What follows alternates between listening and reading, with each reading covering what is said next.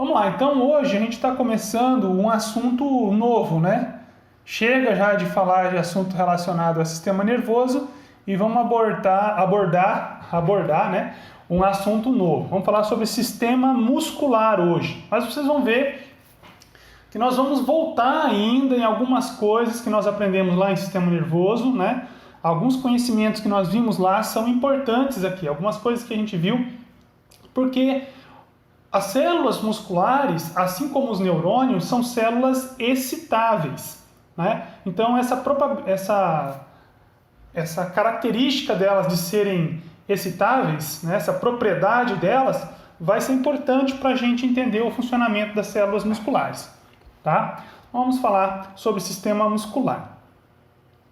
Então vocês já sabem que nós temos 3 tipos de tecido muscular no corpo. Quando a gente fala de fisiologia muscular, a gente pensa em músculo como um todo, né? E nós temos no nosso corpo 3 tipos de tecido muscular. E é isso que essa figura está mostrando. Nós temos o músculo estriado esquelético, o músculo estriado cardíaco e o músculo liso. Esses 2 primeiros aqui, ó, músculos estriados, esquelético e cardíaco. Por que tem esse nome estriado? Porque quando a gente vê células desses tipos de músculo no microscópio de luz, a gente percebe que elas têm essas faixas escuras e faixas claras. Elas apresentam estrias, né? É claro que o músculo esquelético é aquele que está fixado sobre os ossos, né? E o músculo estriado cardíaco é aquele que forma o coração. Mas esses 2 músculos têm mais em comum, tá? Eles têm essas estrias e isso aqui, o fato dos 2 terem estrias não é por acaso, eles têm uma estrutura bastante semelhante. E por fim nós temos o músculo liso. O músculo liso tem esse nome porque quando a gente observa ele no microscópio de luz, a gente não vê essas faixas claras e escuras, essas estrias. O músculo liso é aquele tipo de músculo que nós vamos ter nas vísceras, né? Então é o tipo de músculo que a gente tem nos vasos sanguíneos, que a gente tem nos intestinos, que a gente tem no estômago, no útero, no ureter, né? Então é um tipo de músculo mais comum em órgãos, em vísceras. Então, vamos lá. Quais são as funções, então, do tecido muscular de maneira geral, né? Considerando os 3 tipos de músculo, qual é a função? Essas 3 primeiras funções que eu coloquei aqui estão mais relacionadas com o músculo estriado esquelético. Então, primeiro, produção de movimentos do corpo. Nós já falamos disso quando nós estudamos o sistema motor somático, né? Nós vimos lá como é que os neurônios, juntamente com os músculos, atuam para produzir os movimentos que nós fazemos com as partes do nosso corpo. Os movimentos que nós fazemos para falar, para escrever, para andar, para correr, para mastigar, enfim, os movimentos que a gente faz com as partes do nosso corpo. Depois, a estabilização das posições do corpo. Então, mesmo quando você está, por exemplo, parado em pé, você não está movimentando o teu corpo, você está ali estático. Você tem que usar a tua musculatura para manter aquela postura bípede ereta. Até quando você está sentado, como eu estou aqui agora, eu estou usando a musculatura do meu tronco aqui para estabilizar a posição do meu tronco, para estabilizar a posição da minha cabeça, não é? Então, a musculatura esquelética é usada também para estabilizar o corpo em diferentes posições, tá? E para a produção de calor.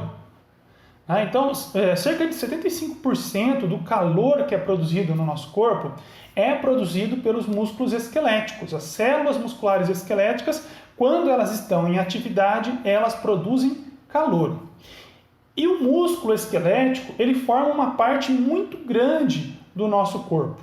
Tá? Cerca de 35% da massa corporal é composta por músculo estriado esquelético. Então é um volume bem grande, né? Então 35% é um volume bem grande da massa corporal feito por músculos. Então à medida que os músculos estão em ação, eles geram calor. E à medida que o sangue flui pelos músculos, o sangue absorve esse calor. E depois, quando o sangue passa por outras regiões do corpo que estão mais frias, o sangue aquece essas regiões. Tá? Então, os músculos esqueléticos são importantes para produzir calor. E a circulação contínua do sangue pelo corpo vai distribuindo esse calor de tal forma que a gente tem uma temperatura bem homogênea ao longo do nosso corpo. Essa última parte aqui se refere mais ao músculo estriado cardíaco e ao músculo liso. Então, esses músculos eles estão relacionados com o armazenamento e a movimentação de substâncias dentro do corpo. Por exemplo, o músculo estriado cardíaco ele está relacionado com o movimento do sangue pelo nosso corpo. É a contração dessa musculatura, o batimento cardíaco que impulsiona o fluxo sanguíneo pelo nosso corpo, não é? No sistema digestório, né, o estômago, por exemplo, ele armazena o alimento enquanto ele está sendo digerido no estômago. Depois, o músculo liso do estômago, o músculo liso dos intestinos vai movimentar esse alimento. A musculatura do intestino grosso vai movimentar as fezes para fora do corpo. A musculatura lisa da bexiga urinária vai armazenar a urina e depois vai contrair para expelir essa urina do corpo. Então, isso tem bem a ver com o músculo liso e com o músculo cardíaco. Importante reconhecer essas diferenças anatômicas e as diferenças funcionais que nós temos entre esses três tipos de músculo. Mas hoje, na aula de hoje, nós vamos focar em músculo estriado esquelético. Tá? Eu não vou falar hoje sobre músculo cardíaco e sobre músculo liso. Fisiologia do músculo cardíaco eu vou falar quando eu estiver falando sobre fisiologia do sistema circulatório. E a fisiologia do músculo liso eu vou falar mais para frente quando a gente estiver discutindo vísceras que têm músculo liso. Tá? Mas conhecendo, entendendo bem o funcionamento do músculo estriado esquelético, que é o que nós vamos focar hoje, você consegue facilmente compreender os outros tipos de músculo. Também é melhor começar estudando o músculo estriado esquelético, porque ele é um tipo de músculo sobre o qual a gente tem mais informações, tá? Até porque existe uma menor variabilidade. Por exemplo, um modelo experimental que foi muito utilizado para se compreender a fisiologia muscular foram músculos de rãs. Tá? Então, a preparação de músculo de rã foi uma preparação experimental muito usada para estudo da fisiologia muscular. E por que isso? Porque o músculo estriado esquelético ele varia menos dentro do corpo. Tá? Então, os nossos músculos esqueléticos, todos eles funcionam de maneira muito parecida e até mesmo entre as espécies.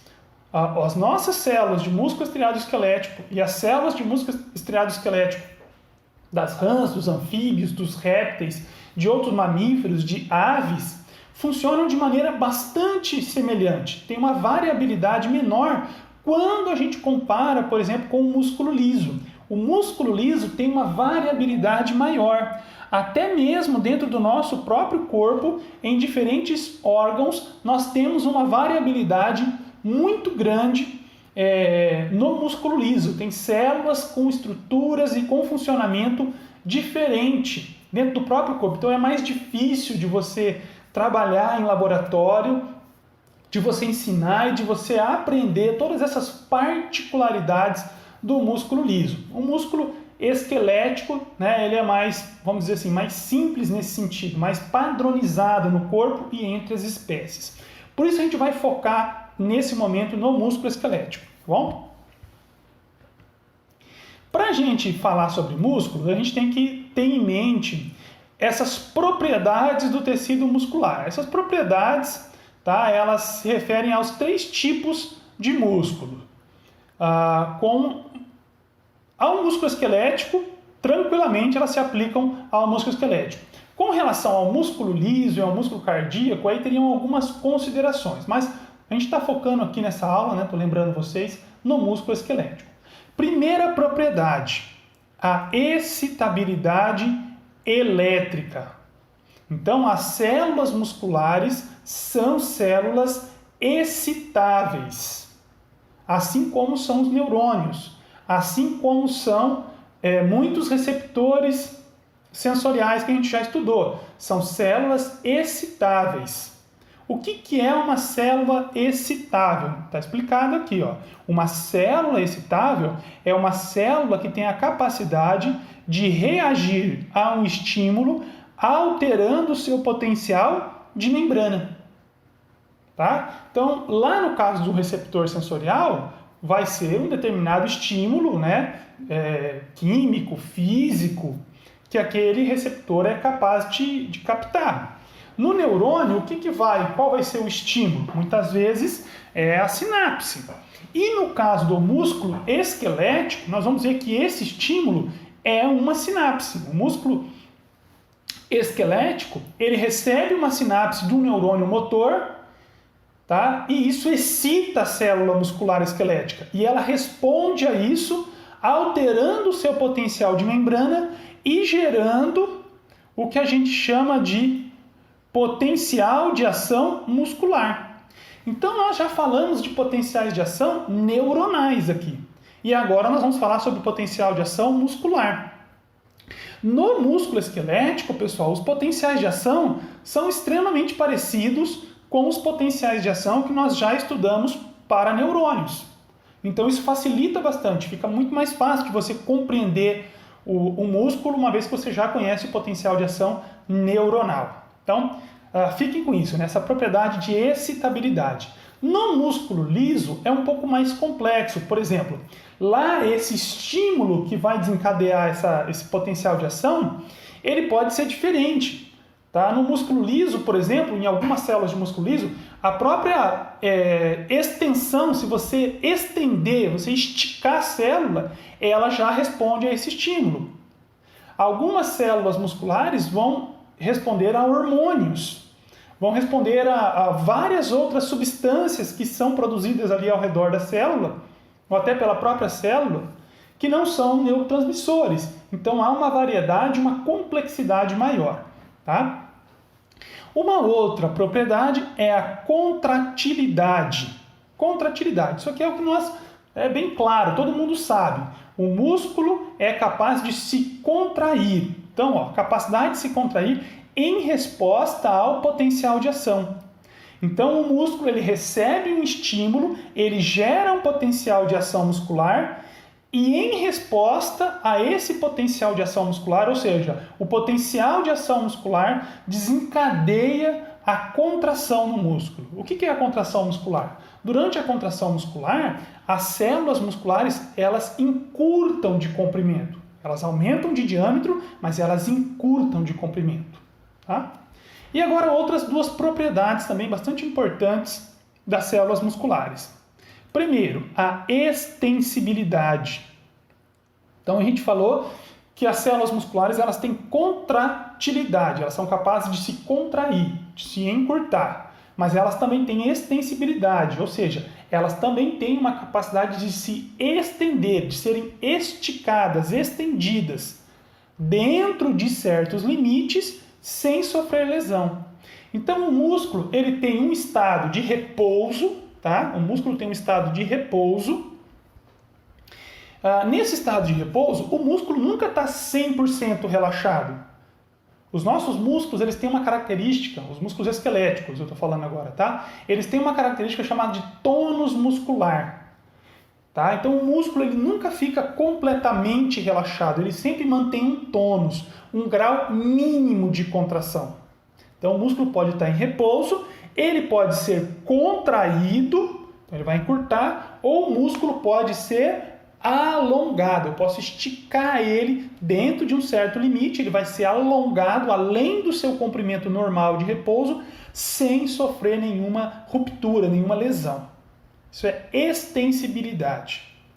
E por fim, a propriedade de elasticidade. Elasticidade. Geralmente a gente pensa que elasticidade é a capacidade de esticar. Não. Aqui em fisiologia, a capacidade de estender, de esticar, é extensibilidade.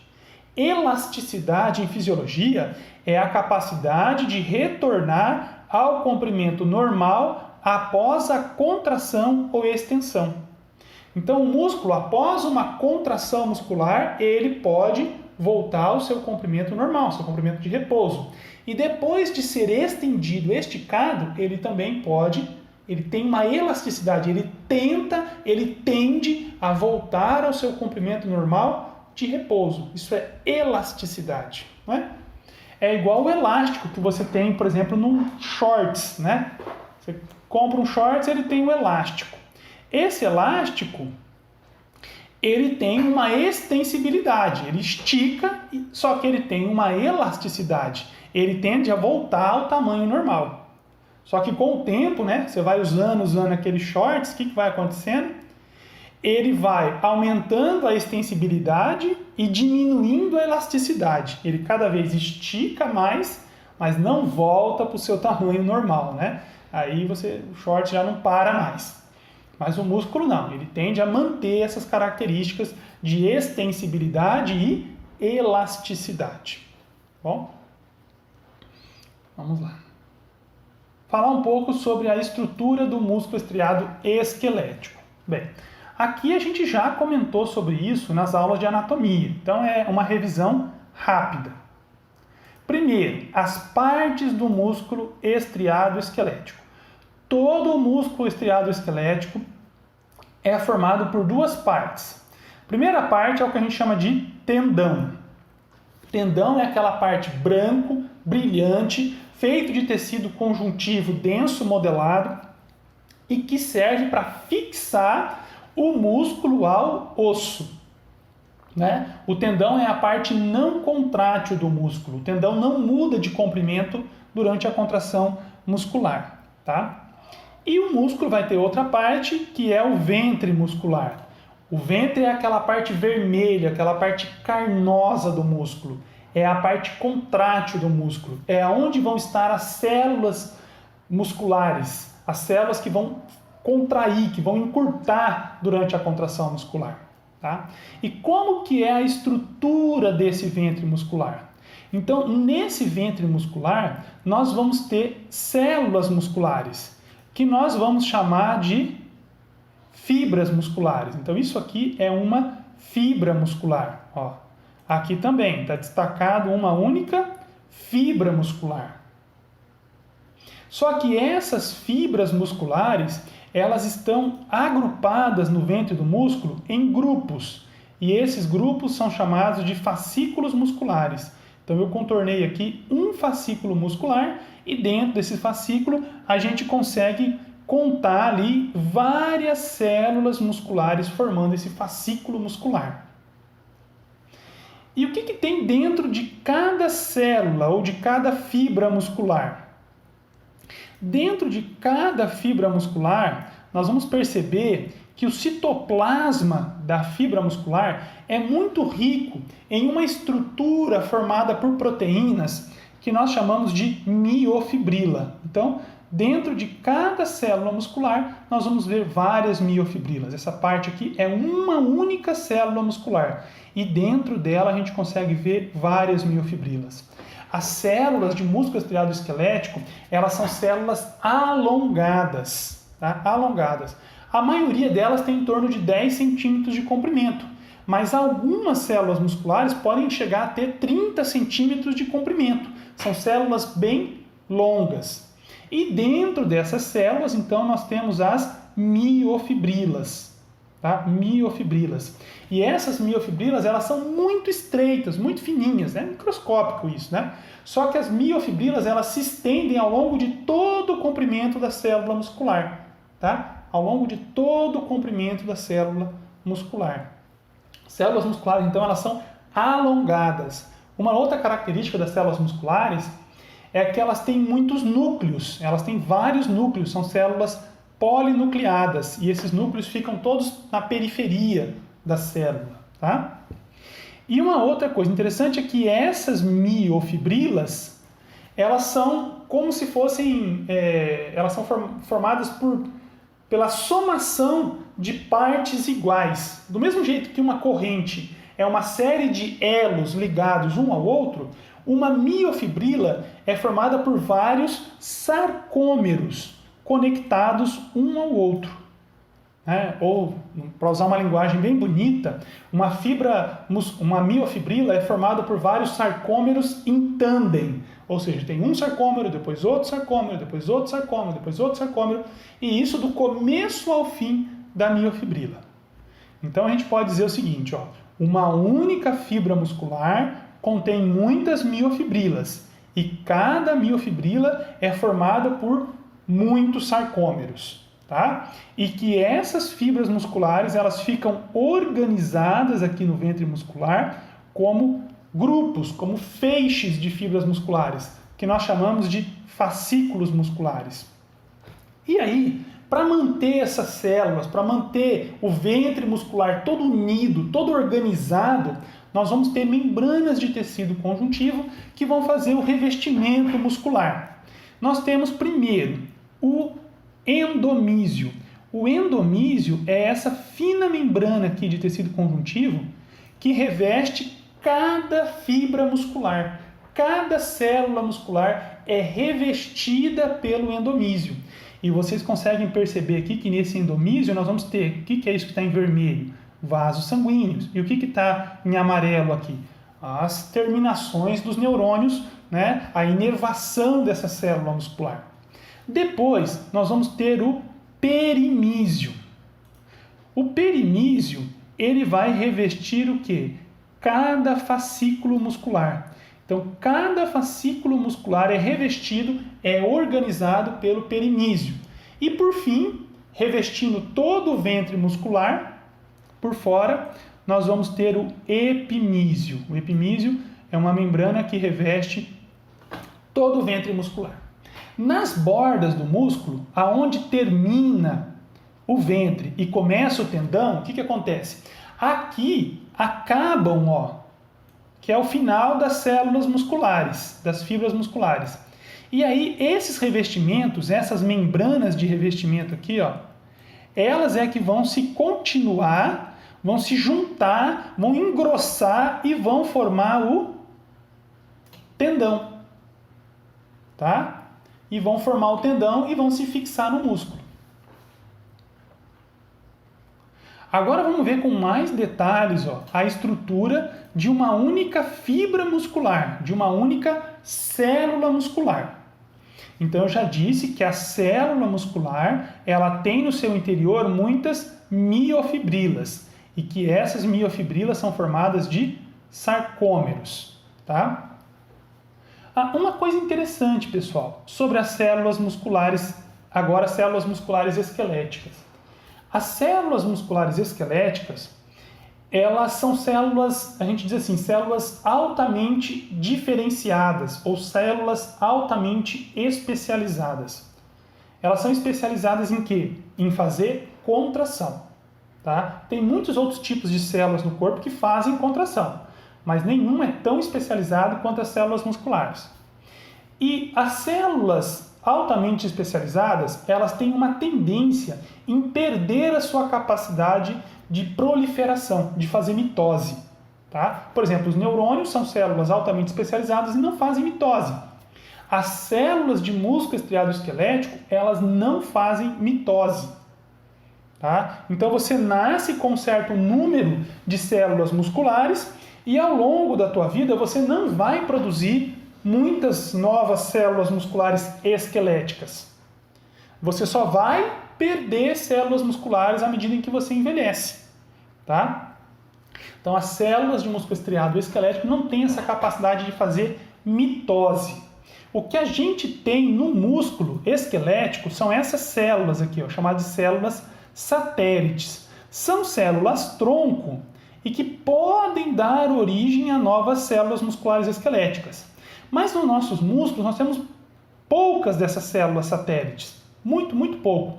Então a gente não tem muita capacidade de regenerar músculos. Então se uma pessoa tem uma lesão grave no músculo esquelético, ela não vai conseguir regenerar essa lesão, formar novas células ali musculares. Geralmente o que vai se formar naquele lugar é uma cicatriz de tecido conjuntivo, tá?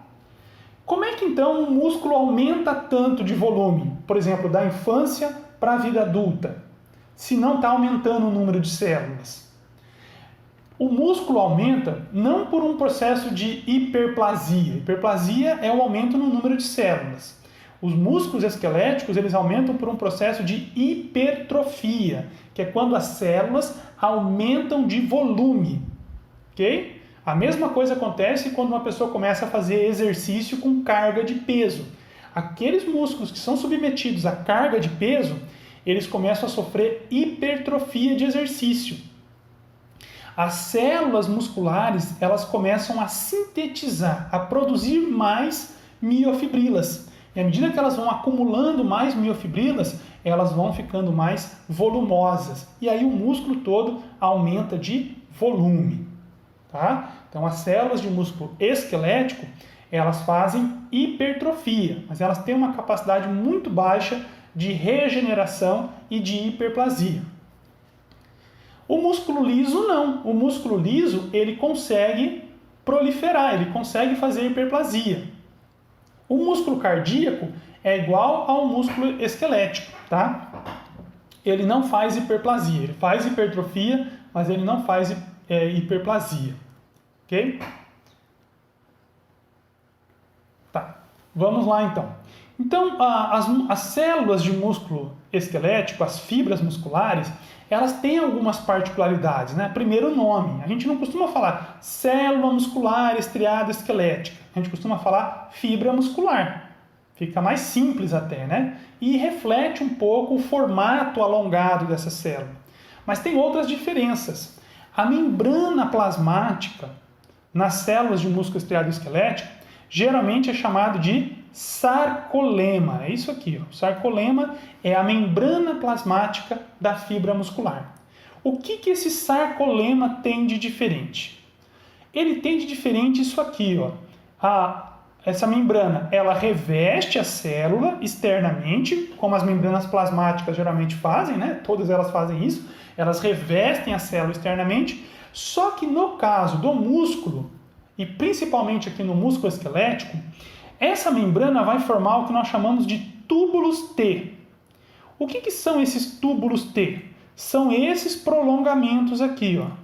Isso aqui é um prolongamento da membrana plasmática que se estende lá para dentro da célula. Ó, reparem nessa figura aqui, que é uma figura mais esquemática. Ó. Isso aqui é um túbulo T. Estão vendo como é que a membrana plasmática ela se dobra e penetra dentro da célula? Olha como é que o túbulo T aparece aqui na microscopia eletrônica de transmissão. Ó. É uma invaginação da membrana plasmática para dentro da célula. Para que serve esse túbulo T? Uma função importante desse túbulo T é que quando essa célula muscular gerar um potencial de ação, esse potencial de ação vai se propagar pelo túbulo T lá para dentro da célula. Então, o potencial de ação muscular, graças aos túbulos T, ele se espalha por toda a célula muscular quase que instantaneamente. Tá? A gente vai ver daqui a pouco a importância disso. Uma outra característica das fibras musculares é que elas têm uma estrutura semelhante ao retículo endoplasmático liso, só que aqui é uma estrutura muito desenvolvida, muito grande, e que recebe o nome de retículo sarcoplasmático. Tá? E esse retículo sarcoplasmático, olha o que ele faz? Ó, ele vai recobrir as miofibrilas. Tá? E ele vai se associar aos túbulos T. Então, normalmente a gente tem isso aqui. Ó. Eu tenho aqui ó, o retículo sarcoplasmático, aqui e aqui. Tá? Esse retículo sarcoplasmático, aonde ele encosta, aonde ele encontra com o túbulo T, ele forma regiões mais dilatadas. E essas regiões mais dilatadas do retículo sarcoplasmático recebem o nome de cisternas do retículo sarcoplasmático. Então eu sempre tenho isso aqui, ó, duas cisternas do retículo sarcoplasmático margeando um túbulo T. Né? Isso aqui tudo recebe o nome de tríade, porque eu tenho três elementos. Eu tenho duas cisternas do retículo sarcoplasmático e no meio um túbulo T. Uma coisa muito interessante sobre esse retículo sarcoplasmático é que essas estruturas que estão mostradas em amarelo aqui dentro, ó, do retículo sarcoplasmático, isso aqui são proteínas chamadas de calsequestrinas. Então, dentro do retículo sarcoplasmático, no músculo esquelético, eu tenho uma proteína chamada de calsequestrina. O que essa proteína faz? Bem, se ela se chama calsequestrina, é porque ela sequestra o cálcio, tá? Então, essa proteína, ela sequestra o cálcio e, dessa forma, esse cálcio pode ficar armazenado aqui dentro. Ó, se a gente olhar aqui em cima, isso aqui está mostrando o seguinte, ó.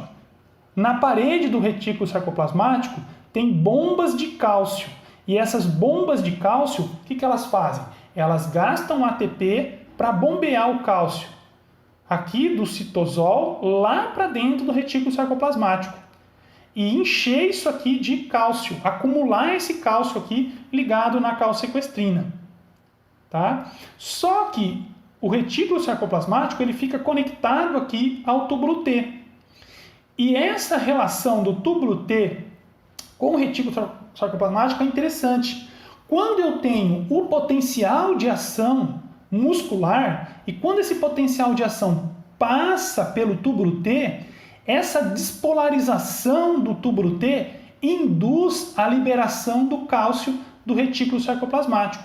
Então, o retículo sarcoplasmático pode liberar cálcio para o citosol quando é necessário e ele pode bombear esse cálcio de volta lá para dentro também, quando for necessário. Já a gente vai ver como é que isso funciona, tá? Então, retículo sarcoplasmático muito desenvolvido e funciona como um reservatório de cálcio.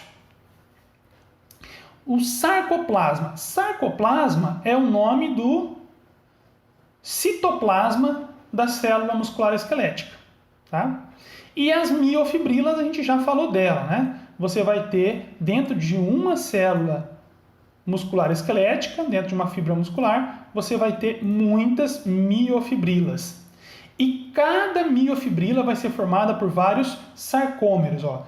Aqui nessa miofibrila está sendo mostrado um sarcômero só. E aí na miofibrila eu vou ter um sarcômero na sequência do outro. E lá nesses sarcômeros é que nós vamos ter as proteínas, né? Ó, os filamentos contráteis, aonde vão estar as proteínas que são responsáveis pelo mecanismo de contração muscular. Outras características que nós temos aqui, ó. Isso aqui que está mostrando é uma miofibrila, tá? Uma miofibrila, que é um desenho bem esquemático. Então, uma miofibrila, ela é formada por vários sarcômeros. Então, um sarcômero vem dessa parte clara até essa parte clara. Aí, outro sarcômero vem daqui a aqui. Outro sarcômero vem daqui e aqui. E lembra que eu disse que as miofibrilas, elas se estendem por todo o comprimento da fibra muscular? E nas extremidades, observem isso aqui, ó.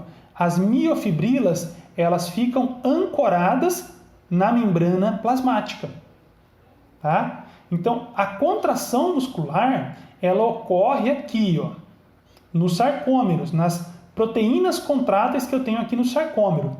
Só que isso vai fazer com que toda a miofibrila contraia, encurte de tamanho.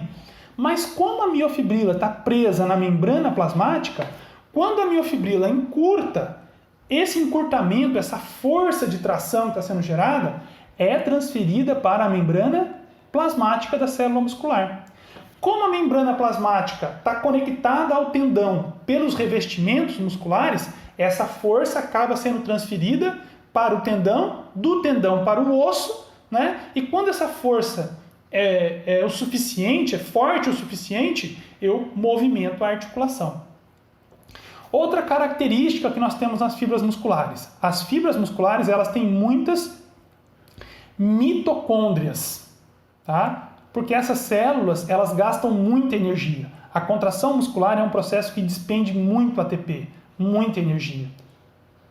Para vocês terem uma ideia, as mitocôndrias do músculo cardíaco são as mitocôndrias mais ativas do nosso corpo. Eu não sei se vocês sabem disso, mas as mitocôndrias do nosso corpo, elas não são todas iguais.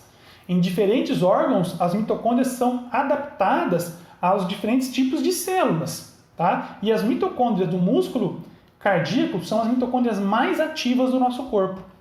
Nós temos também dentro do sarcoplasma, né, das fibras musculares, bastante grânulos de glicogênio. Lembra, o glicogênio é feito de glicose, e essa glicose aqui é utilizada como fonte de energia. E nós temos também dentro das fibras musculares muitas dessas proteínas aqui chamadas de mioglobina. Essa mioglobina é uma proteína que transporta oxigênio e fornece o oxigênio para manter o funcionamento mitocondrial durante a contração muscular, para que as mitocôndrias possam funcionar produzindo o ATP necessário para a contração muscular. Agora a gente vai falar lá do sarcômero, especificamente do sarcômero. Então nessa figura aqui eu estou mostrando uma miofibrila. E nessa miofibrila foi destacado um sarcômero. E aqui está a estrutura molecular de um sarcômero. Tá? Como estão arranjadas as moléculas em um sarcômero. Lembrando que uma única miofibrila é formada por muitos sarcômeros, um na sequência do outro. Tá? E que dentro de uma única célula muscular eu posso ter muitas miofibrilas. Então, numa miofibrila, e consequentemente num sarcômero, nós vamos ter 3 tipos de proteínas. Primeiro, nós vamos ter as proteínas contráteis, aquelas proteínas que são efetivamente responsáveis pela contração muscular. São 2 proteínas, a actina e a miosina. Essas proteínas elas vão estar organizadas.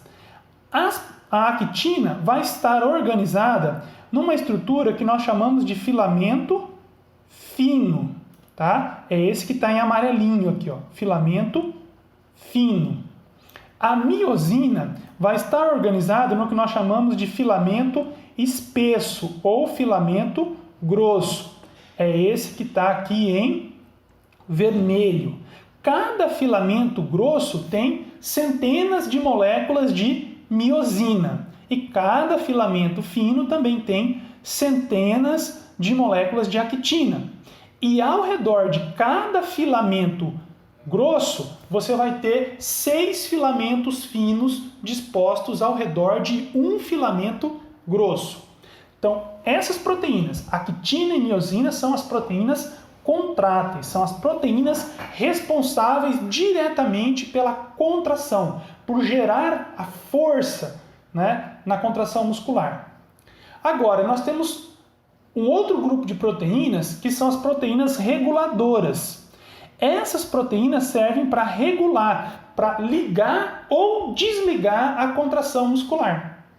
Tá? Elas vão regular, elas vão ligar ou desligar a contração muscular.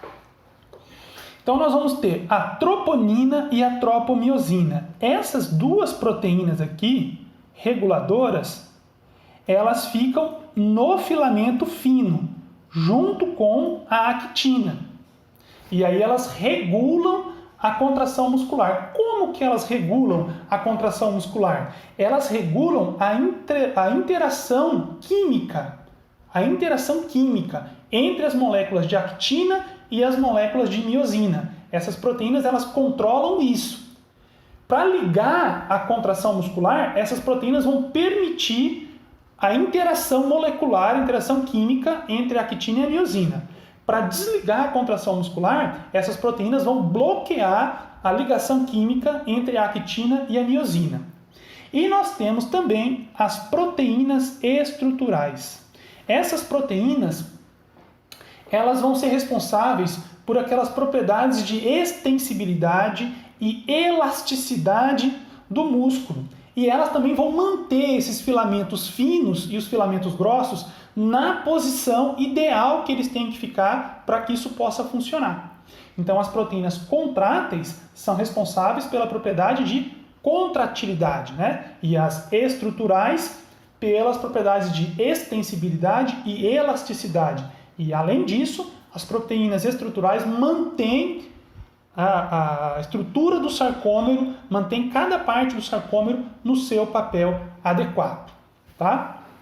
Então, por exemplo, a titina. A titina é uma proteína gigantesca. É essa daqui, ó. Ela se estende por praticamente todo o sarcômero, né? Ela vai de uma margem do sarcômero até a metade do sarcômero. E do outro lado tem outra titina que vai da outra extremidade até a metade. Tá? A alfa-quitinina, ela vai formar essa região aqui, ó, o limite do sarcômero, aonde termina um sarcômero e aonde começa o outro sarcômero, que é a linha Z, né? A miomesina, ela fica aqui no meio, ó. É essa que está em azul aqui no meio. Ela ajuda a manter os filamentos grossos na sua posição. A nebulina, ela é importante para manter os filamentos finos na sua posição também ideal. E as distrofinas, tá? As distrofinas, elas aparecem aqui, ó. Tá vendo isso que está em azul, ó? Isso aqui é uma distrofina. A distrofina, ela ajuda a conectar a miofibrila na membrana celular, na membrana plasmática, né? No sarcolema, para que a miofibrila consiga transferir a sua força de contração para a membrana plasmática. Vocês já devem ter ouvido falar de uma doença chamada de distrofia muscular. Distrofia muscular, na verdade, é uma família de doenças. A mais comum distrofia é uma doença chamada distrofia muscular de Duchenne, é uma doença genética muito grave, onde a pessoa tem um defeito genético numa das distrofias aí, numa das distrofinas, né? Uma das proteínas dessa família de distrofinas. E isso vai prejudicando os músculos. Os músculos não conseguem mais gerar força. Tá? Eles não conseguem mais gerar força. E a pessoa vai tendo paralisias. Então é uma doença, a pessoa já nasce com esse problema, é genético, e a doença vai evoluindo e vai piorando. Então a pessoa perde a capacidade de andar, perde a capacidade de se mexer, de falar, né? E essas pessoas, dificilmente as pessoas que têm distrofia muscular de Duchenne conseguem chegar na vida adulta.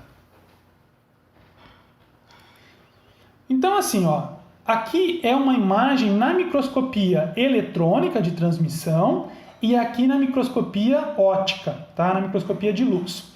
Então, lá na microscopia de luz, isso já lá no século XVI, né, quando se inventou o microscópio de luz, os pesquisadores já ficavam intrigados com isso. Vocês estão vendo como é que parece, né, essa estrutura quando a gente olha no microscópio óptico?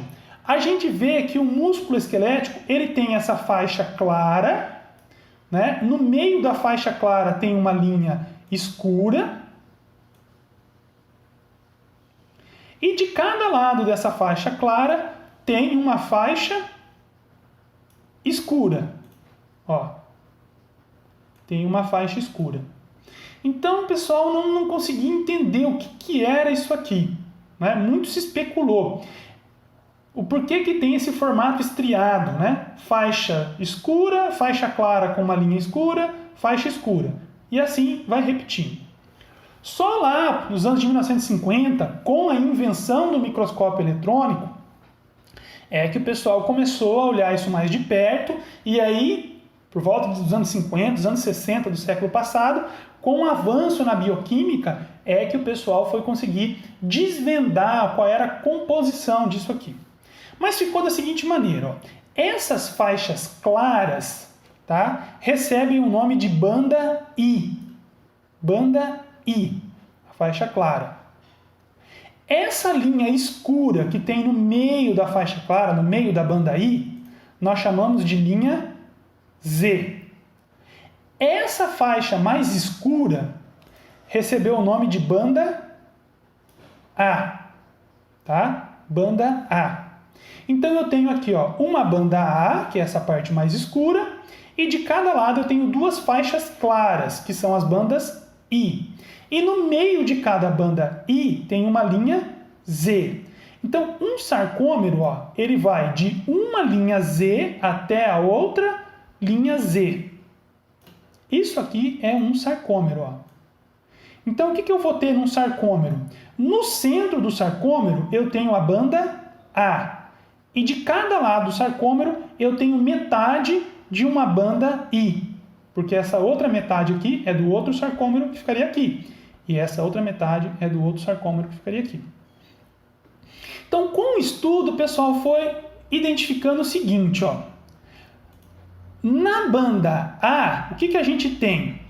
No centro da banda A, bem no meio da banda A, nós só temos filamentos grossos, tá? Só temos filamentos grossos. Isso aqui algumas vezes é chamado de banda H, ou zona H, melhor dizendo, tá?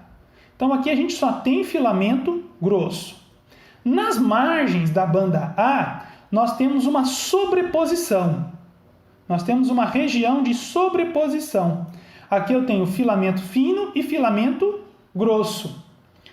Tá? E aqui é o seguinte, eu tenho, ao redor de cada filamento grosso, eu tenho 6 filamentos finos. Já que na banda I, nós só vamos ter filamentos finos. Só tem filamento fino. Isso aqui, pessoal, é quando o músculo está em repouso, tá? Daqui a pouco eu vou mostrar o que acontece quando o músculo contrai. Então, quando o músculo está em repouso, a gente tem essa estrutura. Na banda A, que é aquela faixa escura, eu tenho no centro dela, na zona H, só filamento grosso. Nas bordas da banda A, sobreposição de filamento fino e filamento grosso. E na zona I, eu tenho só filamento fino. E no meio da banda I, eu tenho essa linha escura, que é a linha Z, e os filamentos finos, eles ficam presos, eles ficam ancorados nessa linha Z. É isso que eu estava mostrando aqui, ó. Na banda A, eu vou ter o seguinte, ó. No centro da banda A zona H, onde só tem filamento grosso. Nas bordas dessa banda A, sobreposição de filamento fino e filamento grosso. Na banda I, eu tenho só filamento fino. E na linha Z, eu tenho uma proteína aqui, né, feita de alfa-quitinina, e os filamentos finos ficam ancorados nessa linha Z.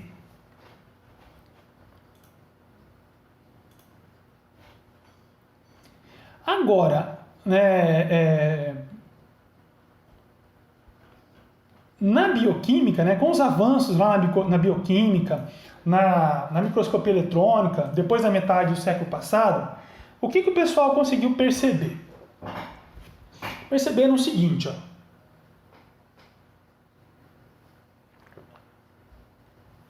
Nós temos aqui então, primeiro, o músculo relaxado. Ó. Aqui o músculo relaxado. É aquilo que eu acabei de explicar para vocês. O sarcômero vai de uma linha Z até a outra linha Z. Aqui na banda I, né? Que é a banda I, a faixa clara, outra banda I e a faixa escura, a banda A. Na banda I só tem o filamento fino. Na banda A, no centro dela, só filamento grosso, né? Só filamento grosso no centro, e nas bordas eu tenho sobreposição de filamento grosso e filamento fino. O que o pessoal achava no início é que na contração muscular esses filamentos eles dobravam, sabe? Tipo aquele fole de um acordeão que ele vai dobrando. Então o pessoal achava isso. Mas o que o pessoal percebeu, por exemplo, com essas imagens aqui, ó? Quando eles faziam uma imagem com um músculo, aqui a microscopia eletrônica de transmissão com o músculo relaxado, aqui com um músculo parcialmente contraído, ó, um músculo parcialmente contraído. O que eles observavam? Que os filamentos eles não encurtavam de tamanho, eles não ficavam mais curtos, eles não dobravam. Simplesmente esses filamentos eles iam deslizando uns sobre os outros. Por isso ficou com esse nome de mecanismo do filamento deslizante. Ó, repare o que acontece. Olha onde está essa linha Z aqui E aonde ela veio parar? Aqui embaixo, ó. E aqui também, ó. Aonde está a linha Z aqui? Opa, a minha linha não ficou retinha, mas dá para perceber, né? E é onde ela veio parar. Então, o que aconteceu aqui? As linhas Z, elas ficaram mais perto uma da outra. E o que aconteceu com o tamanho aqui, ó, da banda I?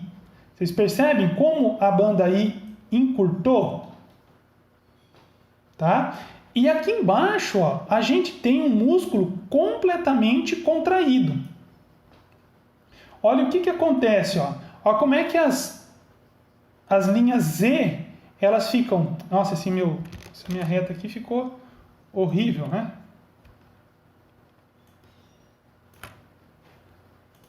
Ó. Como é que ficou bem mais próxima as linhas Z? Ah, tá. Agora eu descobri como é que faz reto aqui. Ó, ficou bem mais perto. E a banda I ficou bem estreita. A banda A, ela não mudou de comprimento, ó. A banda A, ela não muda de comprimento, ó. Opa, ficou horrível, não dá para fazer em linha reta, né? Mas vocês observam, né? Como que a banda A, ó, ela não mudou de comprimento, mas a banda I sim. O que acontece? Ó? Observem aqui, ó. Olha o que acontece com o filamento fino aqui quando o músculo está relaxado. Tem uma pequena área de sobreposição aqui de filamento fino e filamento grosso. E aqui só tem filamento fino. À medida que vai havendo a contração muscular, o filamento fino ele vai deslizando em cima do filamento grosso, né? Vai deslizando para dentro do sarcômero. Vai deslizando em cima do filamento fino e indo para dentro do sarcômero. Olha aqui quando está bastante contraído, está completamente contraído. Os filamentos finos, eles chegam a se sobrepor no centro do sarcômero. Então é assim que se entende, é assim que se explica a contração muscular no músculo esquelético hoje em dia, tá? Por esse mecanismo do filamento deslizante. Se sabe que eu tenho os filamentos finos, que ficam nas bordas do sarcômero, e o filamento grosso, que fica no centro do sarcômero. E durante a contração, os filamentos finos são puxados aqui para dentro do sarcômero, como se eles estivessem deslizando sobre o filamento grosso e indo para dentro do sarcômero. Professor, mas como que isso funciona? Como que esse filamento fino se movimenta para dentro do sarcômero? O que causa essa movimentação, esse encurtamento do sarcômero? Tá? Para a gente entender isso, a gente tem que voltar lá e compreender as proteínas contráteis. Tá? Então, aqui eu estou mostrando, ó, o filamento grosso. Eu já falei que o filamento grosso é feito de moléculas de miosina. Cada molécula de miosina tem um formato semelhante a como se eu tivesse dois tacos de golfe, sabe? Taco de golfe. Como se eu tivesse dois tacos de golfe torcidos, um sobre o outro. Então a molécula de miosina, ela tem uma região que a gente chama de corpo, depois ela vai ter um pequeno pescoço e depois ela vai ter uma cabeça, tá? E na verdade são duas, tá? São duas cabeças em cada molécula aqui, ó. Em cada miosina, né? Duas moléculas dessa vão se torcer uma sobre a outra. E essa daqui vai ficar enrolada, as duas vão ficar enroladas uma sobre a outra. Então, cada molécula de miosina tem mais ou menos esse formato. É o que você consegue perceber, ó. A cabeça da miosina aqui, o pescoço e o corpo. Se a gente olhar nessa figura aqui, ó, essas bolinhas aqui são as cabeças de miosina, né? E os corpos ficam todos juntos aqui, ó. Então, o corpo da miosina, né, ele fica todo compactado, num feixe. E as cabeças da miosina vão ficar expostas para fora. Como que é o filamento fino? No filamento fino, nós vamos ter dois cordões formados por actina. Então eu tenho dois cordões de moléculas de actina e esses cordões trançam um sobre o outro. E uma coisa interessante, ó, nós temos em cada molécula de actina, cada bolinha dessa daqui é uma molécula de actina. Em cada molécula de actina, nós temos um local, ó, nós temos um sítio, um local na molécula de actina que tem afinidade química pela cabeça da miosina. De tal forma que as cabeças de miosina do filamento grosso podem se ligar na actina no filamento fino. E nós temos as proteínas regulatórias, que vão ser a tropomiosina, que está em amarelo aqui, ó, esses filamentos em amarelo, e nós vamos ter a troponina, que é essas bolinhas aqui em azul. Então vocês reparem o seguinte, ó, aqui é quando está em repouso. Em repouso, a tropomiosina, o que ela faz? Ela fica bem em cima do local aonde a actina pode se ligar com a miosina. Então, em repouso, a tropomiosina bloqueia a ligação da miosina na actina. Tá? Agora, quando você vai ter a contração muscular, olha o que acontece. Para eu ter a contração muscular, tem que ter isso aqui, ó, cálcio. Aquele potencial de ação muscular que eu falei no começo da aula, ele vai causar a liberação de cálcio dentro do citoplasma da célula, dentro do citosol da célula, para ser mais exato. Esse cálcio, ele vai se ligar aqui, ó, nessa proteína, que é a troponina. Quando a troponina ela se liga com o cálcio, ela muda de forma. Ela muda o formato dela. E quando ela muda o formato, o que ela faz? Ela desloca a tropomiosina. Ela empurra a tropomiosina. E quando ela empurra a tropomiosina, a tropomiosina sai de cima aqui, ó, do local de ligação da actina na miosina. Então, resumindo, repetindo. Em repouso, a troponina e a tropomiosina não deixam a miosina e a actina se ligarem. Quando eu vou ter a contração muscular, eu tenho que liberar cálcio. Esse cálcio vai interagir com a troponina e com a tropomiosina, de tal forma que vai deslocar essas proteínas e aí sim a miosina vai poder ligar na actina. Tá? E o que acontece quando a actina liga na miosina? Acontece esse processo aqui, ó, que nós chamamos de ciclo de contração. Tá? Ciclo de contração. Então vamos entender o que eu estou mostrando aqui. Ó. Essa estrutura vermelha aqui é o filamento grosso. Aqui nós temos moléculas de miosina. Então eu tenho aqui a cauda da miosina, o pescoço aqui da miosina e aqui a cabeça da miosina.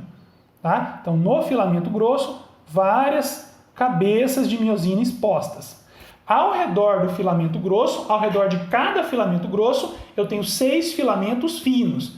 Aqui, para simplificar, eles mostraram um filamento fino só e um filamento grosso só. No filamento fino, essas bolinhas aqui são as actinas. Tá? Isso que está em marrom é a tropomiosina e essas bolinhas em azul são as troponinas. E uma chave para a gente entender aqui, ó, é isso aqui, ó, é o cálcio. Então lembra que eu disse, quando eu tenho cálcio, o que acontece? Primeiro, o cálcio ele vai ligar lá na troponina. Quando o cálcio liga na troponina, isso libera a ligação da miosina na actina. Agora, a miosina, além dela poder se ligar na actina, a miosina ela também pode se ligar com o ATP. O que é o ATP? O ATP é adenosina trifosfato. é uma molécula que pode fornecer energia para várias reações, para vários processos celulares. Ok? Então, aqui primeiro, é uma situação onde eu tenho cálcio. É uma situação onde está liberada a ligação da miosina na actina. Essa miosina, o que ela vai fazer? Então, ela vai ligar o ATP. E olha o que acontece. Passo 1. É um ciclo, tá? Isso aqui é um processo que fica se repetindo. Enquanto dura a contração muscular, esse processo ele fica se repetindo, tá? Fica se repetindo. Como que eu faço para ligar esse processo? Tem que ter cálcio. Como que eu faço para parar esse ciclo de contração? É só eu tirar o cálcio, tá? Só que esse processo ele gasta ATP. Então, se não tiver ATP, se faltar ATP, esse processo também para, precisa de energia. Mas vamos lá, então, vamos imaginar a situação mais comum. Vai ocorrer a contração muscular, então libera cálcio. E eu tenho ATP na célula, ok? Então, a miosina, ela estava ligada com ATP. Olha o que ela faz, ó. A cabeça de miosina, ela hidrolisa o ATP, ela quebra o ATP, a adenosina trifosfato, em ADP, em adenosina difosfato, né? Então aí fica aqui, ó, a adenosina difosfato e o outro fosfato aqui, que foi separado do ATP. Quando quebra essa ligação do ATP para ele se tornar ADP, isso libera energia. E a cabeça da miosina capta essa energia. E a gente diz que a miosina fica energizada.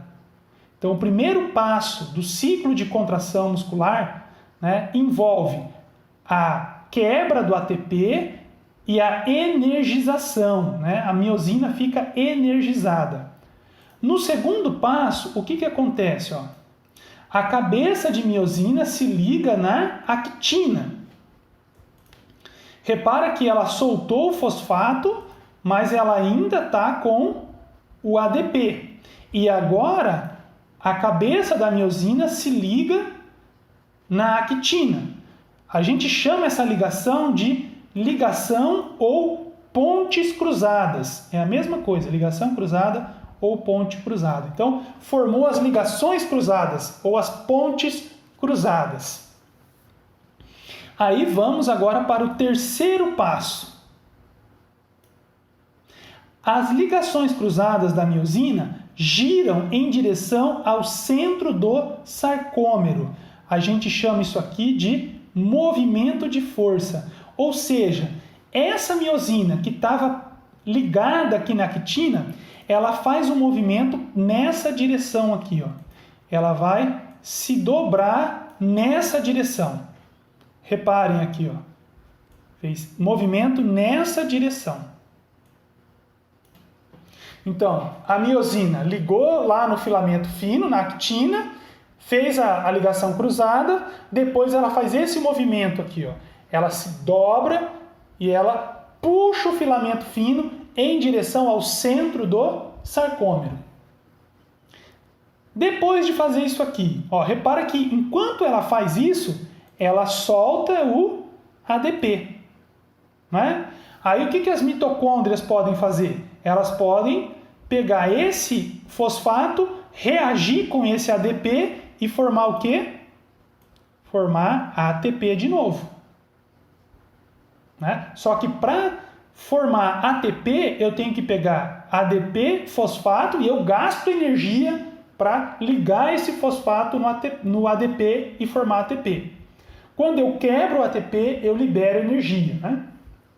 Então, mas voltando lá. Fez um movimento de força, puxou o filamento fino um pouquinho para dentro do sarcômero. Soltou o ADP aqui, não é? Aí vem outra molécula de ATP, ó. Vem outro ATP e se liga na miosina. Quando esse ATP liga na miosina, a miosina solta o filamento fino. E aí o que ela faz? Ela repete tudo de novo. ela quebra esse ATP em ADP mais fosfato, depois ela vai se ligar lá no filamento fino, não no mesmo lugar, ela não vai ligar no mesmo lugar. Como ela puxou, ela vai ligar um pouco à frente, vai ligar, vai fazer as ligações cruzadas, vai fazer um movimento de força, vai empurrar um pouco mais o filamento fino, vai ligar outra molécula de ATP, vai soltar do filamento fino e isso fica se repetindo enquanto dura a contração muscular. Enquanto durar a contração muscular, esse processo fica se repetindo. Tá? Então esse é o processo que causa a contração muscular. Ó. Com isso, o que vai acontecendo? Com isso, os filamentos grossos aqui, ó, a miosina no filamento grosso, vai então puxando ou empurrando, como você preferir, o filamento fino para dentro do sarcômero. Tá? E por isso que o filamento fino, ó, ele vai cada vez mais para dentro do sarcômero. E aí o sarcômero vai encurtando. Isso vai acontecendo em todos os sarcômeros, de todas as miofibrilas, a célula muscular toda acaba encurtando. Tá?